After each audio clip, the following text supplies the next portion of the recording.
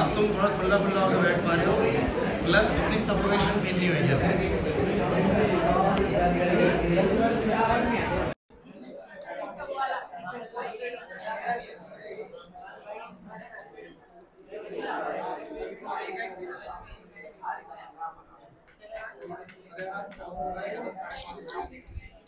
कुछ करता हूँ बच्चों, चलो सभी बोर्ड पे देखो।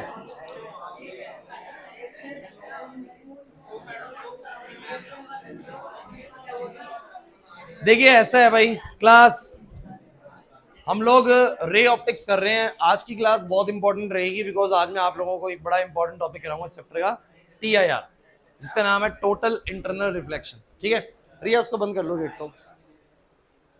अच्छा वॉशरूम चालू है, ठीक है, किसी को लगे कि बंद है, वो यूज में है, मतलब कि आप लोग यूज कर सकते हैं उसको। ठीक है, ये कहना है मतलब है। चलिए सो गाइज ऐसा है कि रे ऑप्टिक्स जब स्टार्टिंग से कराया तो सबसे पहली चीज मैंने आप लोगों को इस चैप्टर में सिखाई है रिफ्लेक्शन। और रिफ्लेक्शन मेरे को लगता है सबको समझ में आ गया है कि एंगल आई बराबर एंगल आर करना होता है। लाइट एक इंटरफेस से रिफ्लेक्ट करके अपने ही मीडियम में लौट के वापस आती है, और इसको हमने रिफ्लेक्शन का नाम दिया था। ठीक है, सुन रहे, कम सुन रहे हैं, आज कर लो मैनेज, क्योंकि वो माइक ना भी चार्ज नहीं है, मतलब उसका चार्जर ही नहीं मिल रहा, ढूंढना पड़ेगा वो भी, और या नया लाना पड़ेगा। तो मैंने निकाला इसीलिए है कि नेक्स्ट क्लास से माइक में बढ़ाएंगे। ठीक है, ये 11th वालों को एक्सपेरिमेंट करा देंगे। ठीक है, आज इससे मैनेज करो जैसे मैं बोल रहा हूँ बच्चों प्लीज।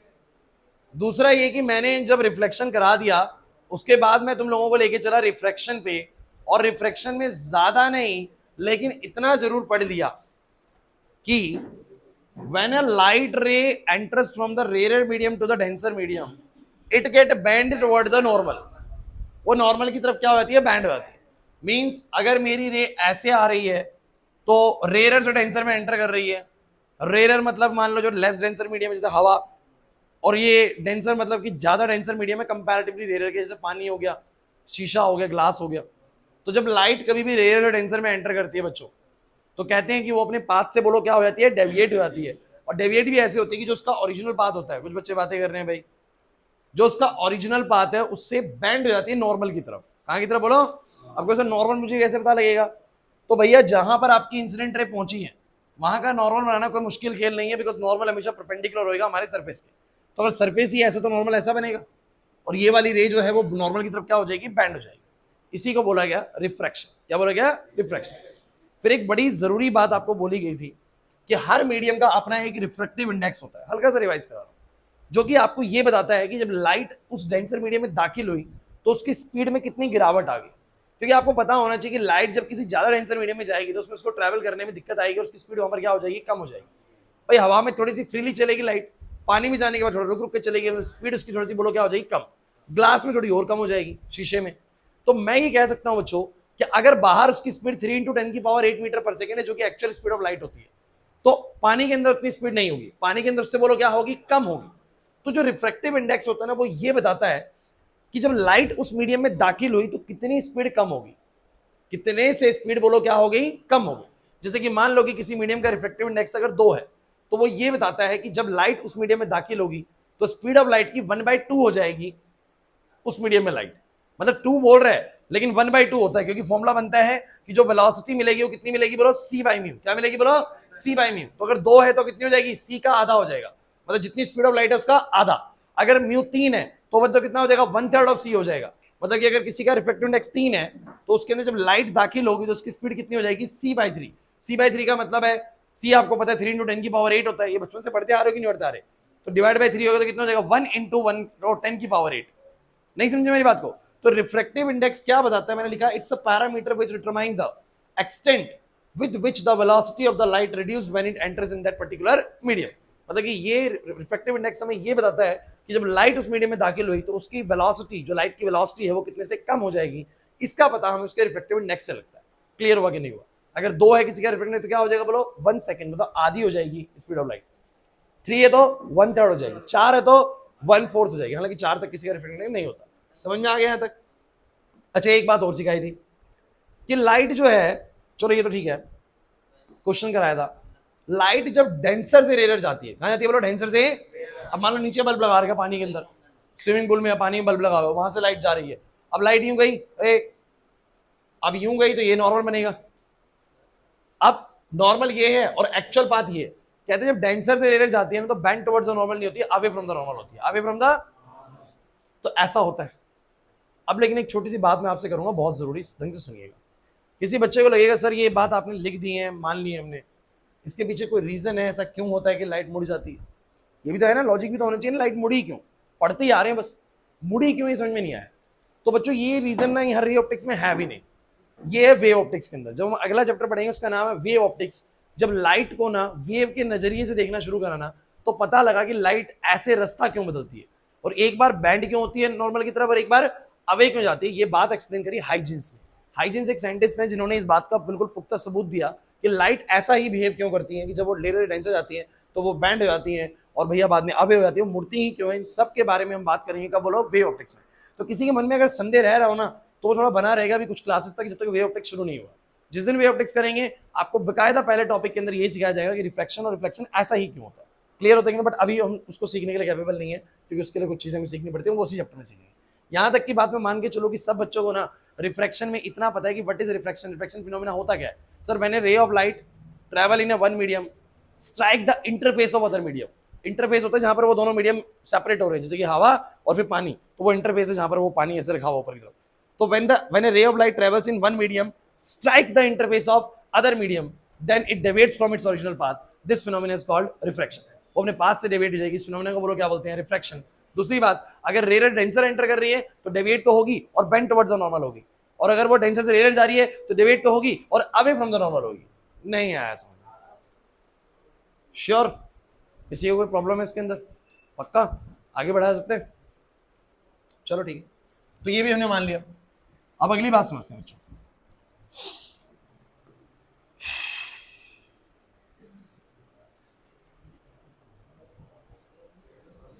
अब मैं आप लोगों को एक बड़ा इंपॉर्टेंट लॉ सिखाऊंगा जिसका नाम है स्नेल्स लॉ। लेकिन इस स्नेल्स लॉ का फिर वही प्रूफ जो है वो सिखाया जाएगा यहाँ पर वेव ऑप्टिक्स में। पढ़ेंगे यहाँ पर कुछ चीजें, प्रूफ कहाँ सीखेंगे? वेव ऑप्टिक्स के अंदर। तो स्नेल्स लॉ होता क्या वो समझिए। मुझे एक बात बताओ, ऊपर का मीडियम है रेयर, नीचे का मीडियम है, this is set to be the medium number 1 and this is set to be the medium number 2। Class please, क्या कर रहे हो? एक बात बताता हूं, ध्यान सुनना। मान लो ये रे ऑफ लाइट आई, ऐसे गिरी,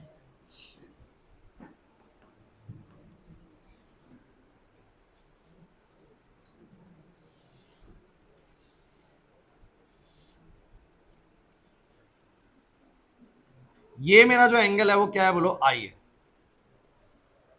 ये जो एंगल है वो क्या है? आई है।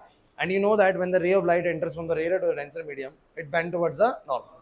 सो मान लो बच्चों की ये I1 है और रे का जो एक्चुअल पाथ है वो होना तो ऐसा चाहिए, बट यू नो दैट कि वो ऐसे बैंड करेगी। करेगी नहीं करेगी?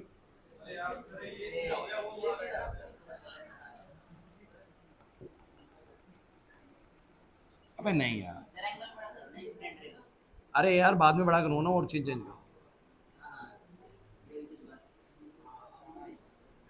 तो ये हो गया R1, ये क्या हो गया? वो I1 और ये R1। मुझे बस ये बताओ, अगली बार तुमने अगर इंसिडेंट एंगल को बढ़ा दिया, तुमने रे जो है अब I1 से थोड़ी सी ज्यादा ली I2 पे, थोड़ी सी रे ऐसे ली, थोड़ा एंगल क्या कर दिया बोलो? अगर तुमने अब I1 की बजाय पे थोड़ा एंगल बढ़ा के कितना लिया बोलो? I2, तो रे अब की कुछ ऐसे जाएगी और थोड़ा सा ऐसे रे मुड़ेगी और ये बोलो क्या बनेगा? R2। एक बड़ी इंपॉर्टेंट चीज ऑब्जर्व करते हैं हाइजेंस। क्या ऑब्जर्व करते हैं कि जब मैं डिफरेंट आईज लेता हूं तो डिफरेंट आर्स मिलते हैं। और मेरा आपसे बस एक छोटा सा सवाल है, अगर बच्चों मैं आई को बढ़ा रहा हूं तो आर बढ़ रहा है घट रहा है? तुम लोग इतनी जल्दी देख कैसे लेते हो? थोड़ा तसल्ली से देखो ना, एकदम से कैसे जवाब दे रहे हो? मैं, आप टाइम तो लिया कीजिए। आप मुझसे भी कोई क्वेश्चन पूछोगे ना, मैं इससे ज्यादा समय लूंगा जितनी जल्दी तुमने जवाब दिया, इससे ज्यादा समय लूंगा मैं। तुमने क्या पूछा मैं एनालाइज करूंगा फिर मैं जवाब दूंगा। तुम लोग इससे जल्दी जवाब देते हो। सुनो मेरा क्वेश्चन, मैंने बोला कि पहले आई था 30 डिग्री, अच्छा पहले एक चीज क्लियर करते हैं, अगर आई 30 है तो क्या आर 30 है? 30 से कम है, क्योंकि सर वर्टिकली अपोजिट से अगर देखें ना तो ये आई है तो सीधी आती तो बनता पूरा आई, तो ये 30 तो पूरा 30 तो ये होता, लेकिन वो तो कम कर दिया ना उसने एंगल मुड़ के, थोड़ा सा मुड़ने के बाद एंगल कम हो गया, 25 आएगा 24 आएगा जो भी आएगा, तो जितना आई होता है उतना आर तो होता नहीं है। लेकिन कुछ भी मान लो कि अगर ये 30 है तो 25 है। अब मेरा आपसे सवाल है कि अगर वो 30 है तो 25 है, इधर खुशी ये 30 है तो 25 है, तो अगर तुमने 30 की बजाय लिया ही 45 है तो ये 25 से फालतू होगा या कम होगा? मतलब आई को मैंने बढ़ा दिया, आई एंगल बढ़ा दिया, तो आर बढ़ा या घटा? बढ़ा। आर भी बढ़ा बच्चों, बढ़ा आर भी। मान लीजिए ना ये सेम रेयर डेंसर मीडियम है, जो ये रेयर है और जो ये डेंसर है, दोनों केसेस में बोलो क्या है? सेम है। मतलब ये लाइट को मोड़ता है एक एक्सटेंट से, अगर इसने 5 डिग्री से मोड़ना है तो मोड़ेगा हर बार 5 डिग्री से, ध्यान रखना, या जो भी मोड़ेगा मतलब जिस भी तरीके से, तो दोनों में डेंसर मीडियम है, उसकी स्ट्रेंथ तो सेम ही है। अब मेरी बात समझो बच्चों, अगर आपने लिया 30 तो कुछ मुड़ने का 25 बचा, आपने लिया 45 है तो मुड़ेगा तो उसी के बाद ना, तो 45 के बाद हो सकता है 40 बच जाए, हो सकता है नुस्खा। लेकिन अगर आई बढ़ा तो डेफिनेटली क्या बढ़ा? आर भी बढ़ा। आई बढ़ा तो क्या बढ़ा? नहीं है कनिष्का ये वाली बात समझ में? पक्का? तो इन्होंने स्नेल्स लॉ में एक बड़ी जबरदस्त ऑब्जर्वेशन ली, अभी उस ऑब्जर्वेशन को तुम्हें ऐसे ही याद करना है, बस जो मैं ऑब्जर्वेशन आपको बताने वाला हूं उसको एज इट इज याद करना है, ठीक है? उसका जो प्रूफ है कि सर ये साबित कैसे होगा ना, वो सिर्फ कहां पर है बच्चों, जब मैंने बोला वेव ऑप्टिक्स के अंदर मैं तुम्हें रिफ्रैक्शन सिखाऊंगा बाय प्रूफ, तो उसी वक्त पे प्रूफ के नीचे ही इसका प्रूफ कहते हैं स्नेल्स लॉ का, बस साबित करते हैं कि भैया ये हुआ कैसे। तो ध्यान रखना वो सब चीजें वहां पढ़ेंगे, लेकिन यहाँ पर फॉर्मुला जरूर पढ़ेंगे। तो फॉर्मुला बच्चों ये कहता है कि किसी भी मीडियम्स के लिए उसका साइन आई अपॉन में साइन आर का रेशियो कांस्टेंट होता है। मतलब ये कि अगर आपका पहले कोई आई था, अरे ढंग से सुन लो यार, पहले कोई आई था उस पर कुछ रिस्पेक्टिव आर मिला, तो तुमने sine A by sine R कर लिया। जैसे कि मान लो तुमने 45 डिग्री आई ले लिया, 30 डिग्री का आर मिल गया, तो रेशियो क्या बनेगी बोलो? साइन आई अपॉन में साइन आर। मैंने बोला 45 डिग्री मैंने इंसिडेंट एंगल लिया, थोड़ा कम होने के बाद वो 30 बच गया, हो सकता है ना? अरे नहीं हो सकता, तो रेशियो कुछ ना कुछ आ गया। मान लो दिस रेशियो विल बी, मैं कुछ भी एक नंबर ले रहा हूं बच्चों, इसको बिल्कुल भी वास्तविकता से मत जोड़ना कि सर ये तो कुछ और आएगा। मैं बोल रहा हूं कि मान लो 1.2 आया, मान लो कितना है 1 पॉइंट, तो ये कहता है कि आप चाहे उसके बाद जितना मर्जी इंसिडेंट एंगल कर लो, कुछ ना कुछ अलग आर आएगा, लेकिन sine I by sine R की वैल्यू हर बार 1.2 आएगी। कितनी आएगी बोलो? 1 पॉइंट। इस बात को समझो, और इसका कारण क्या है ना वो समझने की कोशिश करना। ऐसा इसलिए है बच्चों क्योंकि जब तुम आई बढ़ाते हो तो साथ के साथ आर भी बढ़ता है, तो आपका न्यूमरेटर बढ़ा और साथ का डिनोमिनेटर भी बढ़ गया ना सेम रिस्पेक्ट से, तो हम ये कह सकते हैं रेशियो बोलो क्या रहेगा? सेम। मैं समझाने की कोशिश करता हूँ। जैसे कि मान लीजिए मेरे पास 10/2 है, तो बोलो आंसर कितना आ रहा है? 5। मैंने कहा मेरा न्यूमरेटर बढ़ के हो गया, ये बातें नहीं, न्यूमरेटर बढ़ के हो गया 15 और डिनोमिनेटर बढ़ के हो गया 3, तो भी आंसर कितना आएगा? 5। ये बढ़ के हो गया 20, ये बढ़ के हो गया 4, फिर भी 5, ये 25, ये 5, फिर भी बोलो कितना? 5। तो हर बार फिक्स आएगा, क्योंकि जब मेरा आई बढ़ रहा है तो बोलो क्या बढ़ रहा है? आर भी। और ये इस एक्सटेंट से बढ़ता है कि sine I by sine R का रेशियो हर बार बोलो क्या रहता है? सेम रहता है। इसलिए बोलते हैं, स्नेल्स लॉ ने बोला कि दो मीडियम के लिए आप जैसा मर्जी इंसिडेंट एंगल ले लीजिए, छोटा बड़ा जैसा मर्जी ले लीजिए, उसकी जो sine I upon sine R का रेशियो है ना वो एक ही फिक्स आता है। क्लियर हुआ कि नहीं हो मैं कहने का चाह रहा हूं? अच्छा, वो जो वैल्यू आता है वो किसके बराबर आता है वो सुन लीजिए। तो जो साइन आई बाय में साइन आर होता है, मोर ओवर वो कांस्टेंट वैल्यू किसके बराबर आती है? कहते हैं mu two by mu one. Mu two by, सुन लीजिए mu two by mu one क्या है? Mu two is the refractive index of denser medium and mu one is the refractive index of the rare medium. मतलब sine I मैंने इसका लिया है, are इसका लिया है। एक बार अगर स्नेल्स लॉ अच्छे से समझ लिया, जबरदस्त काम होने वाला है। इतना ज्यादा इस्तेमाल होने वाला है ना, मतलब आप सोच भी नहीं सकते हर टॉपिक में इस्तेमाल होने वाला है स्नेल्स लॉ। लेकिन समझना पड़ेगा एक बात, मैंने क्या बोला? ऊपर का आई लिया, नीचे का बोलो क्या लिया? आर। साइन है by sine R, refractive index इसका लेते हैं और फिर उसका करते हैं बच्चों। म्यू टू बाय में क्या बोलो? Mu one. मतलब कि जो मैंने कांस्टेंट वैल्यू बोली ना 1.2, या जो भी मैं कांस्टेंट वैल्यू बोल रहा हूँ किसके बराबर होती है? म्यू टू बाय, मतलब इन दोनों का जो रेशियो है ना वही रेशियो आता है साइन ए बाय में किसका बोलो? Sine R. वो जो कांस्टेंट मैं बोल रहा हूँ ना, कांस्टेंट किसके बराबर होता है हर बार? Mu two upon mu one. अब आपको सर ये म्यू टू म्यू वन क्या होता है? म्यू टू म्यू वन क्या होता है? अरे भैया आज आते के साथ ही क्यों मैं रिफ्रैक्टिव इंडेक्स पे चला रहा था, क्यों मैं आपको सिखा रहा था सबसे पहले आते के साथ ही, यही तो होते हैं रिफ्रैक्टिव इंडेक्सेस। मान लो एयर का बोलो कितना होता है? 1। एयर के 1 का मतलब बोलो क्या है? चलो एयर का छोड़ो, पानी का 2 का मतलब बताओ क्या है? पानी का 2 का मतलब क्या है? कि पानी में जब लाइट जाती है तो वो उसकी स्पीड को 1/2 कर देती है, स्पीड ऑफ लाइट का मतलब कि आधा कर देती है। 3 का मतलब क्या होता है? 1/3 कर देती है। तो जो मेरा डेंसर मीडियम है उसका कुछ ना कुछ तो बोलो क्या रहा होगा, रिफ्लेक्टिव इंडेक्स 3 या 2 या 4 जो भी रहा होगा। और एयर का आपको पता 1 होता है, एयर का आपको पता है कितना होता है 1। 1 का मतलब क्या होता है, 1 का मतलब होता है 1/1 करना एक तरीके से, मतलब कहने का मतलब जितनी स्पीड ऑफ लाइट है उतनी रहेगी एयर में उतनी रहेगी। लेकिन किसी का 2 है तो आधी कर देगा, 3 है तो 1/3 कर देगा, 4 है तो 1/4 कर देगा। तो ऐसे ही हर मीडियम का रिफ्लेक्टिव इंडेक्स होता है, दैट इज μ2/μ1, ये आपका रेशियो होता है। तो गाइस स्नेल्स लॉ से क्या समझ में आया आप लोगों को, थोड़ा सा एक बार सोच के देखिए, फिर मुझे बताना कि कुछ पल्ले पड़ भी रहा कि नहीं पड़ रहा। बोलो भाई, नहीं आया समझ में। सो मुझे तुम ये बताओ, whatever we take I और आर, एक बात सुन लीजिए क्लास, मैं यहां बोलूंगा बच्चों प्लीज, साइन I1 अपॉन में साइन R1 जो भी आया, एक वैल्यू आई जो कांस्टेंट वैल्यू है, साइन I2 अपॉन में साइन R2, ये भी सेम कांस्टेंट वैल्यू आ रही है। या मैं ये बोल सकता हूं कि ये आया μ2/μ1 के बराबर, और ये भी किसके बराबर आया। इसका मतलब मुझे एक बात समझ में आ चुकी है, एक बात समझ में आ चुकी है कि whatever we take incident angle, whatever be the resulted reflected angle, मतलब मैं जो मर्जी इंसिडेंट एंगल लूं, उसके लिए जो मर्जी रिफ्लेक्टेड एंगल आए, उसका जो रेशियो होता है sine A by sine R, it will always be μ2/, fine, नहीं आया पक्का।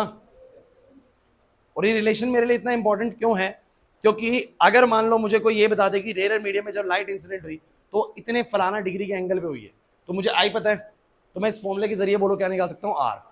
क्या निकाल सकता हूँ कि कितना रिफ्लेक्टेड एंगल बनने वाला है। करके देखिए क्वेश्चन ट्राई, लिखो।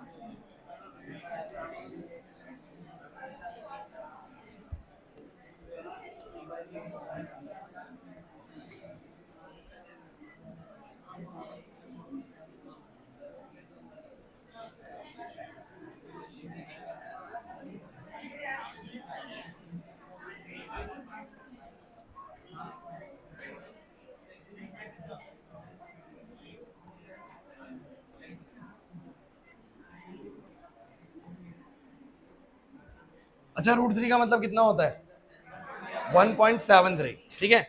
सो मेक श्योर, मैं आपको एक बात बता चुका हूं, पहले सुन लो, किसी भी मीडियम का रिफ्लेक्टेड इंडेक्स हमेशा 1 से बड़ा होगा। 1 से क्यों बड़ा होगा सोचो, क्योंकि 1 तो सबसे कम किसका बोलो, एयर का, मतलब एयर ही एक ऐसा मीडियम है जिसमें लाइट की स्पीड जाएगी तो उतनी ही रहेगी, उतनी ही रहेगी। बट इससे 1 से ज्यादा होने का मतलब क्या होता है, 2 होने का मतलब क्या होता है, आधी हो जाएगी, 3 का मतलब 1/3 हो जाएगी। तो 1 से कम किसी की नहीं हो सकती, 1 से कम किसी की हो गई तो हम ये मान के चल रहे हैं कि स्पीड ऑफ लाइट बढ़ जाएगी उसमें जाने के बाद, ऐसा कभी भी, अरे यार तुम्हें समझ में नहीं आ रहा। हर मीडियम की जो रिफ्लेक्टिव इंडेक्स होती है 1 से क्या होती है, बड़ी, कुछ ना कुछ तो घटती है लाइट की स्पीड हमेशा जाने के बाद। नहीं आया रितिका समझ में, तो क्वेश्चन आपके सामने है,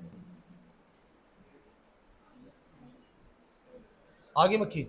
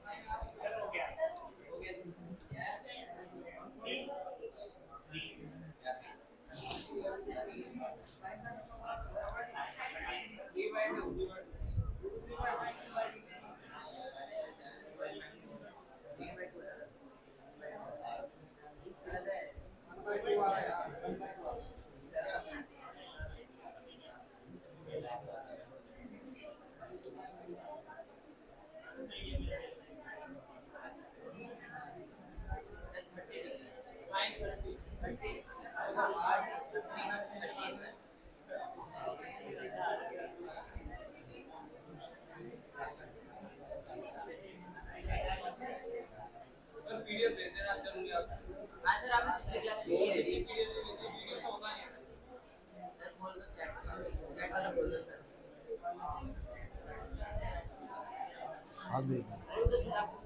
भेज देंगे एंड्रॉइड।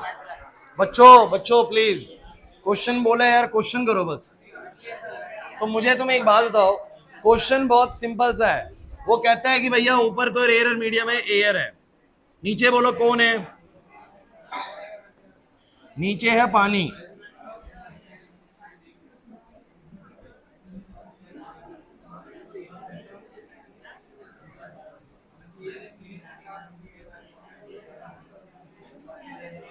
ओ भाई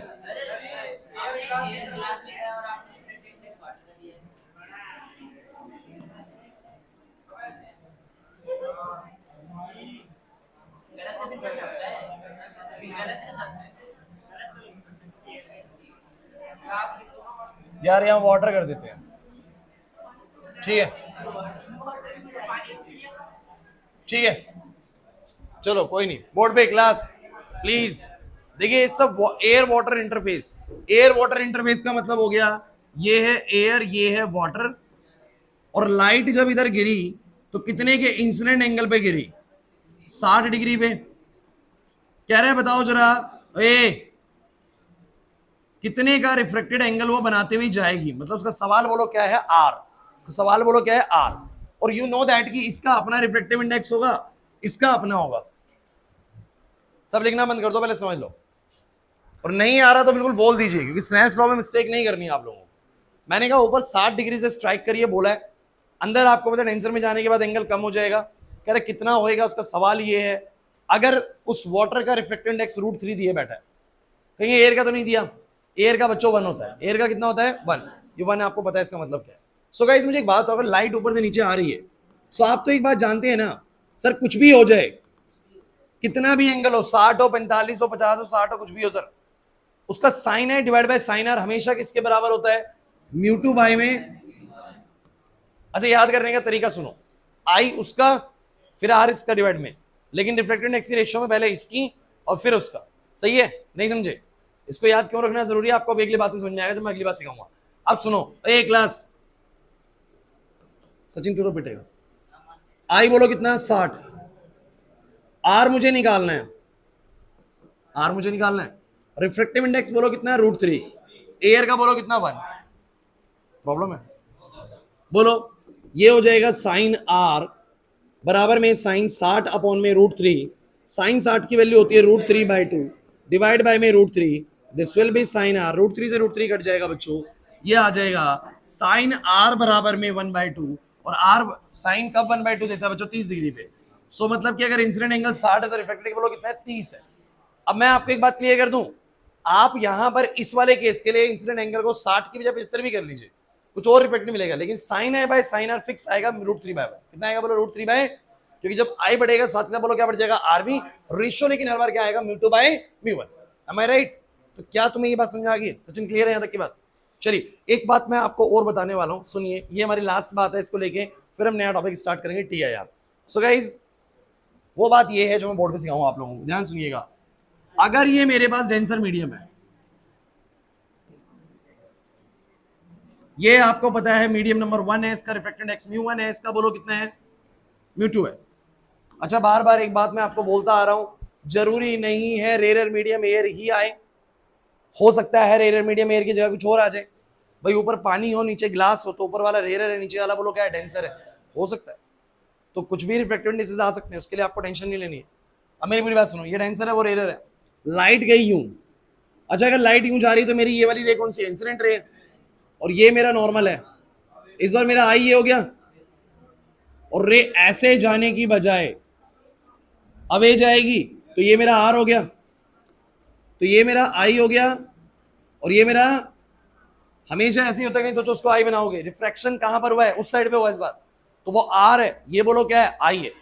अब स्नेल्स लॉ कैसे काम करेगा वो सुनो, इसीलिए स्नेल्स लॉ को ना कभी रटना नहीं है, ध्यान देना। रिया बड़ी इंपॉर्टेंट बात बोल रहा हूं, लड़कों बातें मत करो, मैं तुम्हें कह रहा हूं। और स्नेल्स लॉ जहां पर बच्चा गलत करने वाला है वही चीज सिखा रहा हूं आपको। बच्चे रटते हैं sine A by sine R equals to μ2/μ1, कहानी बदल जाएगी। अब सुने तो सही, अगर यहां से रह गई है वहां मुड़िए, रेशो वही रहेगा, sine I to the sine R, sine A इसका डिवाइड बाय साइन आर उसका, लेकिन फिर रिफ्लेक्टेड इंडेक्स आएगा μ1 अपॉन में बोलो क्या आएगा, समझो मेरी बात को, समझो इस बात को, sine I divide by sine R बराबर में रिफ्लेक्टेड इंडेक्स हमेशा उसका आता है पहले जिसमें रिफ्लेक्शन हुआ है, तो किसमें हुआ है, 1 में हुआ है, तो μ1 डिवाइड बाय, उसको याद करो पहले वाला कैसे पढ़ा, पहले वाला कैसे पढ़ा, लक्ष्य तेरे से पूछूंगा रुझा भी, इसका कैसे हुआ था, उसमें से बना था एंगल आई, इसमें बना था बोलो क्या आर, तो sine I divide by sine R, reflection किसमें हुआ था, इसमें हुआ था, तो इसका आया पहले μ2 डिवाइड बाय बोलो क्या आया μ1। तो मुझे एक बात बताओ, क्या हम रट सकते हैं sine A by sine R fix है μ2 बाय μ1, रट नहीं सकते सर। सर एक बात सिंपल सी मुझे एक बात समझ में आ गई, चाहे रेयर से टेंसर में आए तो टेंसर से रेयर में जाए, सर जिससे आ रही है पहले उसका साइन ए लिखूंगा, डिवाइड बाय क्या लिखूंगा साइन आर, ये फिक्स है सर, फिर बराबर में क्या लिखूंगा जिसमें रिफ्लेक्शन हुआ पहले उसका रिफ्लेक्टेड इंडेक्स लिखना होता है, फिर डिवाइड में लिखना होता है पहले वाले का, क्लियर हुआ, नहीं आया, तो sine I upon sine R equals to μ2 by μ1, और अगर डेंसर से रेयर जा रही है तो sine I upon sine R is equals to पहले इसका μ1 अपॉन में बोलो क्या μ2, बस ये बात अगर तुम्हें याद होगी है स्नेल्स लॉ पे फंसोगे ही नहीं, स्नेल्स लॉ में बस इसी बात को ध्यान रखना होता है, बात बन जाएगी। नहीं आया ना समझ में, पक्का सबको समझ में आ गया, आगे बढ़ सकता हूँ श्योर। रिफ्रैक्शन में आगे बढ़ने के लिए स्नेल्स लॉ में भैया आपको बिल्कुल अच्छे से एक्सपर्टीज होनी चाहिए, जो मैंने स्नेल्स लॉ की दो बातें बोली क्लियर होनी चाहिए, मैं जब भी रे को लेके आऊंगा रेयर डेंसर, डेंसर से रेयर आपको पता हो सर कर क्या रहे हैं, sine A by sine R के साथ, क्लियर हो रहे हैं लवनी, डाउट तो नहीं है इसके अंदर, तो पहले जहां से रे आ रही है उसका साइन ए लिखा, डिवाइड में क्या लिखा बोलो साइन आर, फिर बराबर में क्या करा रिफ्लेक्टेड इंडेक्स उसका लिखा जहां रिफ्लेक्शन हुआ है, मतलब जिसमें फाइनल में मीडियम में लगे उसका पहले लिखा, बाद में पहले वाले का लिखा, क्लियर हो गया दक्ष, डाउट तो नहीं है, चलो सबको क्लियर हो गया भाई, सबको ये पता लग गया रेयर डेंसर आने पे bend towards the normal, denser से रेयर जाने पे अवे फ्रॉम द नॉर्मल, और क्लियर हो जाता है कि sine A by sine R का रेशियो कैसे रहता है, वो कांस्टेंट रहता है सर, वो कांस्टेंट रहता है हमेशा, जितना मर्जी आई हो जितना मर्जी आ रहा हो, लेकिन उनका रेशियो कांस्टेंट होता है, और वो कांस्टेंट वैल्यू किसके बराबर होती है, μ2 बाय μ1 या फिर μ1 बाय μ2, क्लियर हुआ कि नहीं हुआ, पक्की बात है, आगे बढ़ा जाए, चलो ठीक है आगे देखते हैं, आगे देखते हैं,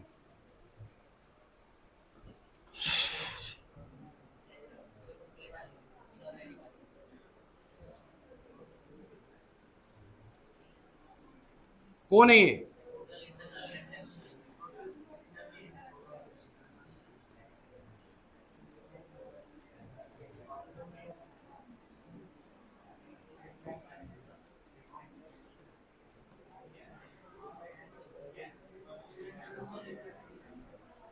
शायद ही कोई पेपर गया होगा सीबीएसई का किसी भी ईयर का जिसमें उसने टीआईआर से क्वेश्चन ना पूछा, मतलब हमें याद नहीं है, 99.99% मान के चलना कि टीआईआर का क्वेश्चन आना है, वो किसी भी रिस्पेक्ट में आएगा, प्रिज्म के साथ जोड़ के देगा, एप्लीकेशन बेस देगा, न्यूमेरिकल देगा, कुछ भी दे, टीआईआर उसको देना है, ये फिक्स कर रखा उसने, हर बार देना उसको टीआईआर, ठीक है, सो ढंग से समझना।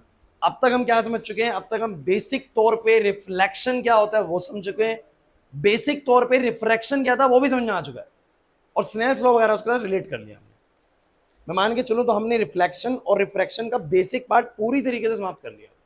Snell's law I think 10th में भी था, पहले था ना, तो मतलब ये लगा लो मैंने 10th तक का तुम्हें सारा करा दिया। अब शुरू करते हैं थोड़ा 12th का, था तो टीआईआर भी 12th में था, तो 12th में भी, लेकिन शायद उतना अच्छे से तुमने 12th में नहीं पढ़ा हुआ उसको, क्योंकि सॉरी 10th में, क्योंकि 10th में बहुत ज़्यादा डिटेल में दिया नहीं होता, तो कोई टीचर बताता भी नहीं है। सो टीआईआर की बात करते हैं, this is what we call total internal reflection, क्या होती है समझते हैं बच्चों। अब आप कहेंगे सर रिफ्लेक्शन बढ़ा फिर रिफ्रैक्शन बढ़ा, अब फिर आप रिफ्लेक्शन लेके आ रहे हैं, बच्चों ये लगता है रिफ्लेक्शन है, आप थोड़ा ध्यान से देखना बोर्ड पे, रिफ्लेक्शन से ही निकलेगा। मान लो कि मेरे पास ये एक इंटरफेस है, कोई बच्चा बिल्कुल आवाज नहीं करेगा, बस ध्यान से सुनेंगे, ये मीडियम है डेंसर और ये मीडियम है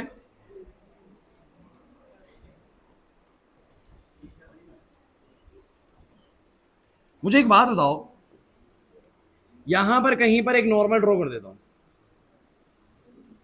सही, मान लो कि कोई रे है, रे नंबर 1, और वो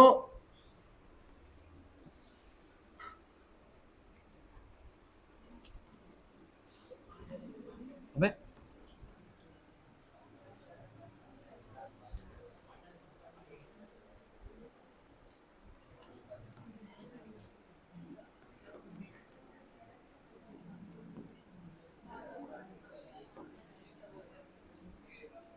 चलो ये रे नंबर 1 है।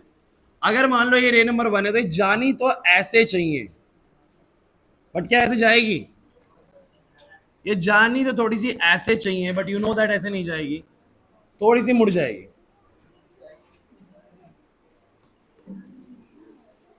ऐसे जाएगी। सहमत हो? ध्यान रखना रे नंबर 1 है और ये भी रे नंबर 1 है। क्यों जाएगी? Because you know that any ray goes from the denser to the rare, it goes away from the normal. So the actual path is this but goes away from the normal, so goes like this. Clear हुआ? अब समझते हैं second रे को पकड़ते हैं, colour बदलते रहेंगे। This one is our second ray. Second ray, अगर बच्चों ये सेकंड रे है तो ये जानी तो अपने एक्चुअल बात पे चाहिए, बार बार नहीं बनाऊंगा, एक्चुअल बात बहुत गड़बड़ हो जाएगी।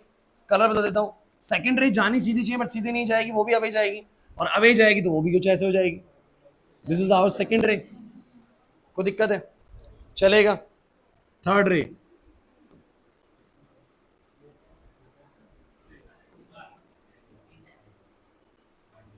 दिस इज आवर थर्ड रे। जो जानी तो देखो, अब ऑब्वियस सी बात है बच्चों, जब मैं यहां पर इंसिडेंट एंगल बढ़ा रहा हूं तो ये थोड़ी सी और टिल्ट करके आ रही है पहले से, तो मुड़ने के बाद तो थोड़ी और इधर ही आएगी ना, ऑब्वियस सी बात है यार।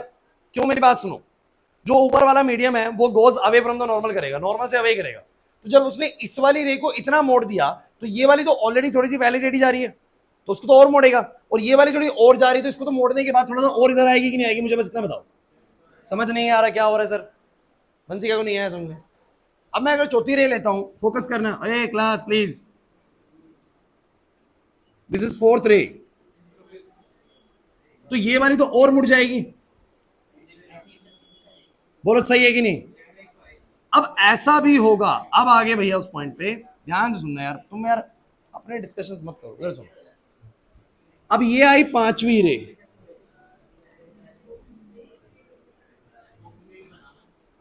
ये लो भाई, ये पांचवी रे।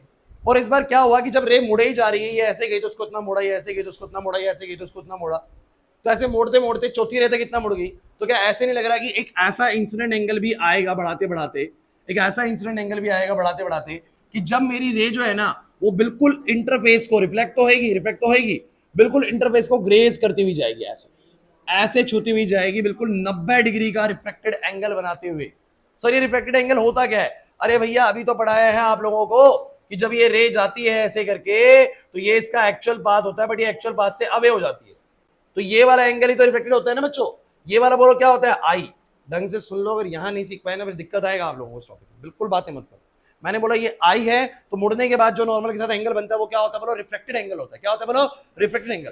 तो मैंने कहा कि मेरी एक रे ऐसी भी आएगी जो बिल्कुल सरफेस को ऐसे ग्रेस करती हुई रिफ्लेक्ट होगी, और उस वक्त उसका रिफ्लेक्टेड एंगल बोलो कितना होगा? 90 डिग्री। कितना होगा बोलो? क्योंकि नॉर्मल के साथ वो रे कितना एंगल बना रही है? 90।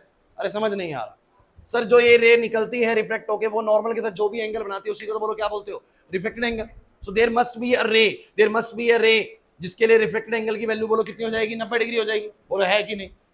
होगी कि नहीं होगी? मुझे वैसे बताओ यार। ये बड़ी स्पेशल रे है पांचवी रे, क्योंकि इसने सरफेस को ग्रेस कर दिया। और अब बड़े मजे की चीज है बच्चों, अब बड़े मजे की चीज है, अगर अब इसके बाद कोई भी रे आई तो यार आप मुझे एक बात बताओ, जब ये पांचवी रे ऐसे हो गई तो अब तो कोई भी रे और आ रही तो उसको तो बैंड करने के बाद अंदर ले आएगी। अच्छा, जब लाइट अपने ही मीडियम में आ जाती है तो क्या उसको रिफ्लेक्शन बोलेंगे? उसको क्या बोलेंगे? रिफ्लेक्शन बोलेंगे। क्या बोलेंगे उसको? रिफ्लेक्शन। पूरी बात समझिएगा। तो अब क्या होना स्टार्ट हो जाएगा? अब रिफ्लेक्शन नहीं होगा, अब क्या होगा? रिफ्लेक्शन होगा। इसको रिफ्लेक्शन बोला जाएगा। और जब ये रिफ्लेक्शन होगा तो रिफ्लेक्शन में एक और बात समझनी है, मैं एक बड़ा बड़ा मेजर सवाल पूछूंगा आप लोगों से। ये तो गई मेरी ये पिंक वाली रे गई छठी रे, और मैं एक और रे बना रहा हूं सातवीं। सातवीं का कलर मैं अलग चूज करता हूं, ये रही सातवीं। थोड़ा और कोई,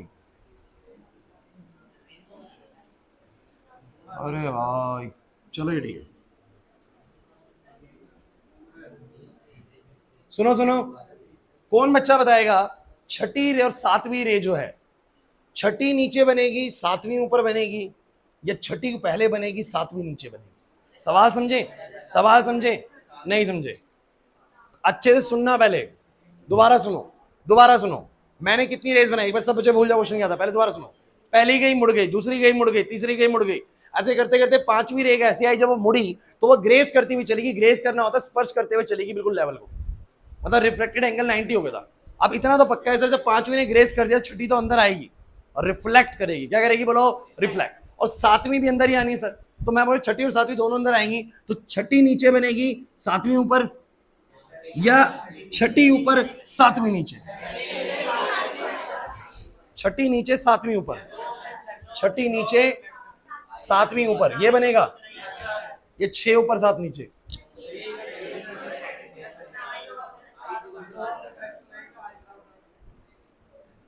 कितने बच्चों के अकॉर्डिंग ऐसा है कि सर छठी नीचे सातवीं ऊपर है? छठी नीचे सातवीं ऊपर। अच्छा, मतलब मेजोरिटी में या तो क्लास सही जाएगी या पूरी गलत जाएगी। और कितनों को ऐसा लगता है कि सर सातवीं नीचे आएगी, छठी ऊपर जाएगी? कुछ बच्चों को ऐसा भी लगता है। चलिए, तो अब एक बात समझते हैं बच्चों, अभी आप देखना क्या आंसर आता है। मुझे यार एक बात बताओ, लॉ ऑफ रिफ्लेक्शन क्या कहता है? एंगल आई बराबर एंगल आर। आई बराबर, अगर मान लो मेरे इस सरफेस पे रिफ्लेक्शन हो रहा है, तो ये मेरी रे आई है, बोलो क्या होगा? ये मेरा आई होगा, तो ये बोलो क्या होगा? आर, और बराबर होगा। क्या होगा बोलो? बराबर होगा। तो अगर मेरे इस पिंक वाली रे ने इतना बड़ा इंसिडेंट एंगल बनाया, तो इधर भी पिंक उतना ही बना बनाएगी, क्योंकि नॉर्मल तो यही है। अगर आई मेरा इतना है, तो मेरा आर भी इतना ही होगा कि नहीं होगा? ये बताओ। नहीं आया समझ में? तो रिफ्लेक्ट अगर हो रही है, तो बोलूंगा जितना उसने आई बनाया उतना ही बोलो क्या बनाएगी? मान लो छठी यहां चलेगी, समझ लेते हैं, छठी यहां चलेगी, मान लेते हैं। अब सातवीं को देखते हैं। सातवीं का बच्चों इंसिडेंट एंगल बड़ा है। सातवीं का इंसिडेंट एंगल तो नॉर्मल के साथ रिफ्लेक्टेड एंगल भी बड़ा होगा, और अगर बड़ा होगा एंगल, नहीं आया समझ में, तो सातवीं ऐसे जाएगी। ओ भाई नहीं आया समझ में। क्लियर हो गया बच्चों डाउट? अब सुनो, अब सुनो, ए क्लास प्लीज, अब कलर खत्म होने वाले हैं। आठवीं बताओ, आठवीं ऐसे गई, तो आठवीं ऐसे चली गई, बोलो क्लियर हुआ कि नहीं हुआ? और फाइनल अगर नौवीं रे ऐसे गई ना, तो वो और ऊपर से सीधी चली जाएगी, खत्म। कोई रे बिल्कुल सरफेस से आई सीधी, तो सीधी निकल जाएगी। अब मेरी एक बात समझने की कोशिश करें बच्चों। बच्चों सारा खेल समझ में आया अभी तक? अभी तक खेल आपको समझ में आया क्या हुआ? खेल सर ये हुआ है कि जब लाइट डेंसर से रेयर जा रही थी, बड़ा इंपॉर्टेंट एस्पेक्ट है कि डेंसर से रेयर जा रही थी, तब जो बहुत कम एंगल से गई, तो वो तो थोड़ी मुड़ी, तो उसी मीडियम में गई रेयर में, रिफ्रैक्शन हुआ, रिफ्रैक्शन हुआ। फिर थोड़ा और एंगल बढ़ाया, तो थोड़े से और ऐसे मुड़ गई सर, रिफ्रैक्शन अभी भी हुआ। फिर और बढ़ाया और बढ़ाया, और बढ़ाते बढ़ाते एक ऐसा एंगल आया, this is very special angle. इसका मैं एक नाम रखूंगा, इसको बोलूंगा क्रिटिकल एंगल। क्या बोलूंगा इसको? ये बड़ा स्पेशल एंगल है। कौन से मैंने स्पेशल एंगल की बात कर रहा हूं? This is I which is equal to C. सुन लीजिएगा, आई बराबर सी। यहां पर इसका मतलब ये होता है कि जब मेरा इंसिडेंट एंगल किसके बराबर हो जाता है? क्रिटिकल एंगल के। किसके बराबर बोलो? ये क्रिटिकल एंगल कौन सा एंगल होता है? सुन लीजिए, वो वैल्यू इंसिडेंट एंगल की जिसके लिए रिफ्रैक्टेड एंगल कितना हो जाए? 90 डिग्री। कितना हो जाए बोलो? उसको बोलते हैं critical angle. And why it is said to be the very critical value? क्यों इसको क्रिटिकल वैल्यू कह रहे हैं? क्योंकि सर इससे पहले पहले तक सारा रिफ्रैक्शन हो रहा था, इसके जस्ट बाद सारे बोलो क्या होंगे? रिफ्लेक्शन होंगे। So that is a very special angle ना? नहीं समझे ना मेरी बात को? That is a very special value, क्योंकि इतने पर आपका क्या हुआ है? लास्ट रिफ्लेक्शन हुआ है, इसके बाद सारा बोलो क्या होना है? रिफ्लेक्शन। उससे पहले सारा बोलो क्या हो रहा था? रिफ्रैक्शन। नहीं आया समझ में? नहीं आया रही है समझ में? मैंने बोला कि आपने इंसिडेंट एंगल शुरू में लिया तो रिफ्लेक्शन हुआ, फिर थोड़ा और इंसिडेंट एंगल बढ़ाया, फिर ना थोड़ा और इंसिडेंट एंगल बढ़ाया, फिर रिफ्लेक्शन हुआ, थोड़ा और इंसिडेंट एंगल बढ़ाया, फिर रिफ्लेक्शन हुआ, चौथी रे पे और बढ़ाया और रिफ्लेक्शन हुआ, पांचवी पे मैंने देखा कि रिफ्लेक्शन तो हुआ, लेकिन 90 डिग्री वाला रिफ्लेक्शन हुआ। जब आर बोलो कितना हो गया? 90 हो गया। अब मुझे पता है सर, अब इसके बाद मैंने अगर थोड़ा सा भी और इस तरफ से रे को ले आना, तो वो मुड़ के अंदर ही आ जाएगी। मीन सर ये वाली रे जो पांचवी रे ने बनाया ना, पांचवी रे का जो इंसिडेंट एंगल है ना, that is a very special angle. That angle is said to be the critical angle at which we observe the last reflection. इसके बाद अगर इंसिडेंट एंगल बढ़ा तो बोलो क्या होगा? रिफ्लेक्शन। और इससे अगर छोटा इंसिडेंट एंगल रहा तो बोलो क्या होगा? रिफ्रैक्शन। नहीं आया ना समझ में? इसको बोलते हैं बच्चों total internal reflection. And why it is said to be total internal reflection? मेरे पास सबके जवाब है, मेरे पास पूरी बात सुनिएगा। क्या तुम्हें इतनी बात समझ में आ गई सब बच्चों को? क्लियर है? अब मैं तुम्हें टोटल का मतलब बताता हूँ पहले, और भी चीजें भी डिस्कस करेंगे, बहुत बड़ा टॉपिक है, आज पूरा भी नहीं हो पाएगा शायद। तो मुझे तुम ये बताओ, रिफ्लेक्शन सबको समझ में आ गया? है तो रिफ्लेक्शन ही, लेकिन रिफ्लेक्शन में ही रिफ्लेक्शन ऑब्जर्व हो जाता है। एंड इंटरनल क्यों अंदर ही जा रहा है? टोटल इसलिए होता है बच्चों, सुनिएगा, क्योंकि यहां पर ना एनर्जी कंजर्व रहती है। ये क्या मैटर है एनर्जी कंजर्व का? सुन लो, सुन लो गाइस, एक बड़ी जरूरी बात बोलूंगा बच्चों। why this reflection is said to be the total internal reflection? What's the difference between a normal reflection and A total internal reflection. Sir बात ऐसी है, जब भी कोई चीज रिफ्लेक्ट करती है ना तो वो किसी इंटरफेस से टकरा के रिफ्लेक्ट करती है। तो जब भी कोई टकराती है ना तो उसका कुछ एनर्जी, उसका कुछ मोमेंटम लॉस हो जाता है, उसका कुछ मोमेंटम एनर्जी लॉस हो जाती है। जैसे कि आपने कैरम खेला, अब कैरम खेला तो आपने ऐसे स्ट्राइकर को मारा बेसिकली, तो ऐसे गया और वो उस बाउंड्री पे टकराया, और बाउंड्री टकरा के जब आता है तो उसकी स्पीड कम हो जाती है। आपके पास टकराने के बाद उसकी कुछ ना कुछ एनर्जी बोलो क्या हो जाएगी, loss. Same for the light. Light को तुमने इसके ऊपर गिराया, दीवार के ऊपर,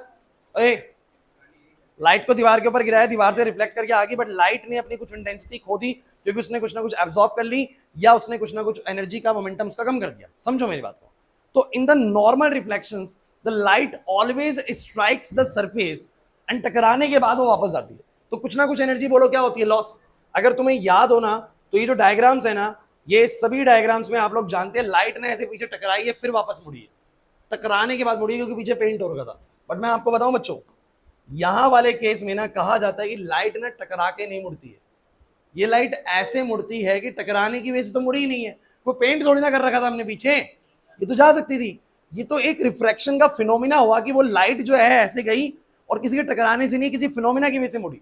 तो कहते हैं जो मुड़ना होता है ना, इसका बड़ा स्मूथ मुड़ना होता है, मतलब यहां पर किसी चीज से टकरा के नहीं मुड़ती, इससे किसी भी तरह का मोमेंटम लॉस, ये ऐसे जाती है और ऐसे मुड़ जाती है। कहने का मतलब ये कि यहां पर लाइट की कोई भी एनर्जी में लॉस इन्वॉल्व, और जब एनर्जी में कोई भी लॉस नहीं होगा तो जितनी एनर्जी थी पहले उतनी एनर्जी बाद में है, तो हमने एक शब्द इस्तेमाल करा टोटल। क्या शब्द इस्तेमाल करा बोलो, जितना एनर्जी टोटल पहले उतना एनर्जी टोटल बाद में। ये यूं मान के चलो कि जैसे कैरम में हम गीटी मारते हैं तो वो स्ट्राइक करने के बाद, टकराने के बाद कुछ एनर्जी लॉस कर देती है, बट मान के चलो कि वो टकराई और एनर्जी लॉस ही ना हुई, क्योंकि वो टकराने से नहीं किसी और वजह से मुड़ी है, अपने आप मुड़ गई। सोचो तो हम बोलेंगे ना कि भैया वो टोटल इंटरनल रिफ्लेक्शन है। तो यहां पर टकराने की वजह से मुड़ना नहीं होता, किसी कॉन्सेप्ट की वजह से, किसी फिनोमिना की वजह से मुड़ना हुआ है और वो टकरा के नहीं हुआ। इसलिए हम बोलते हैं कि जितना एनर्जी पहले था उतना ही एनर्जी बाद में रहता है, इसलिए इसका नाम रखा गया total internal reflection. And how this is different from a reflection, clear हुआ कि नहीं हुआ, नहीं आया ना समझ में। अच्छा भाई, बड़ा इंपॉर्टेंट सवाल आपसे सीबीएसई पूछती है, वो क्या है वो सुनिए बच्चों।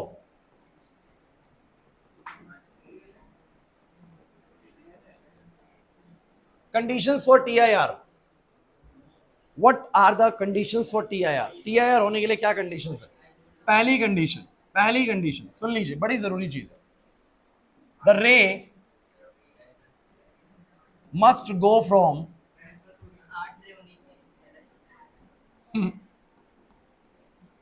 denser medium to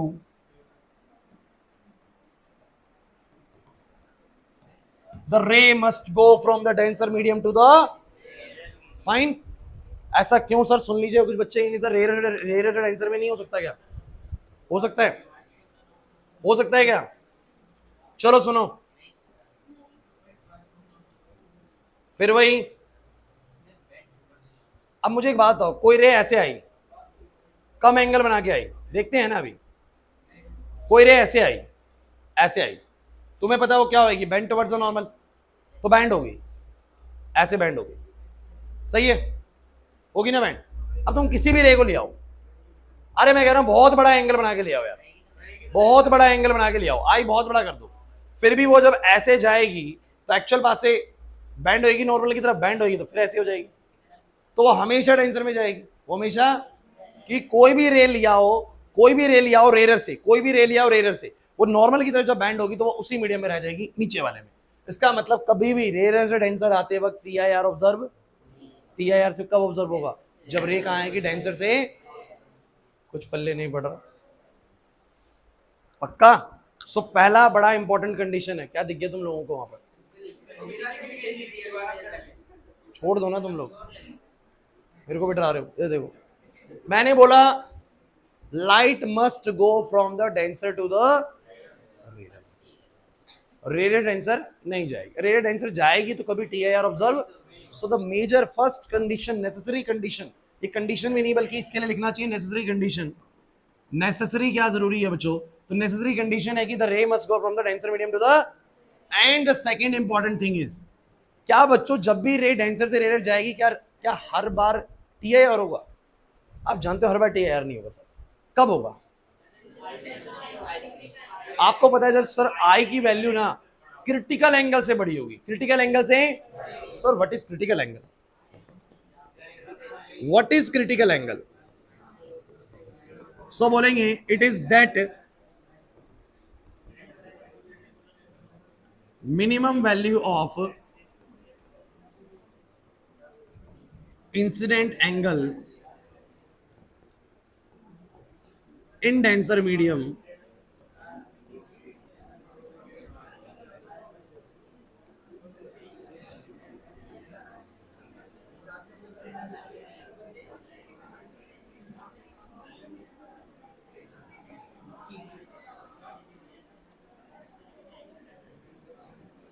बच्चों प्लीज यार तुम शोर बहुत करने लग जाते हो यार।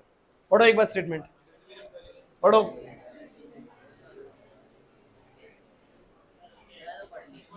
It is that minimum value कम से कम वो वाली वैल्यू इंसिडेंट एंगल की जिसके लिए डेंसर मीडियम में एंगल ऑफ रिफ्लेक्शन कितना होगा 90 डिग्री।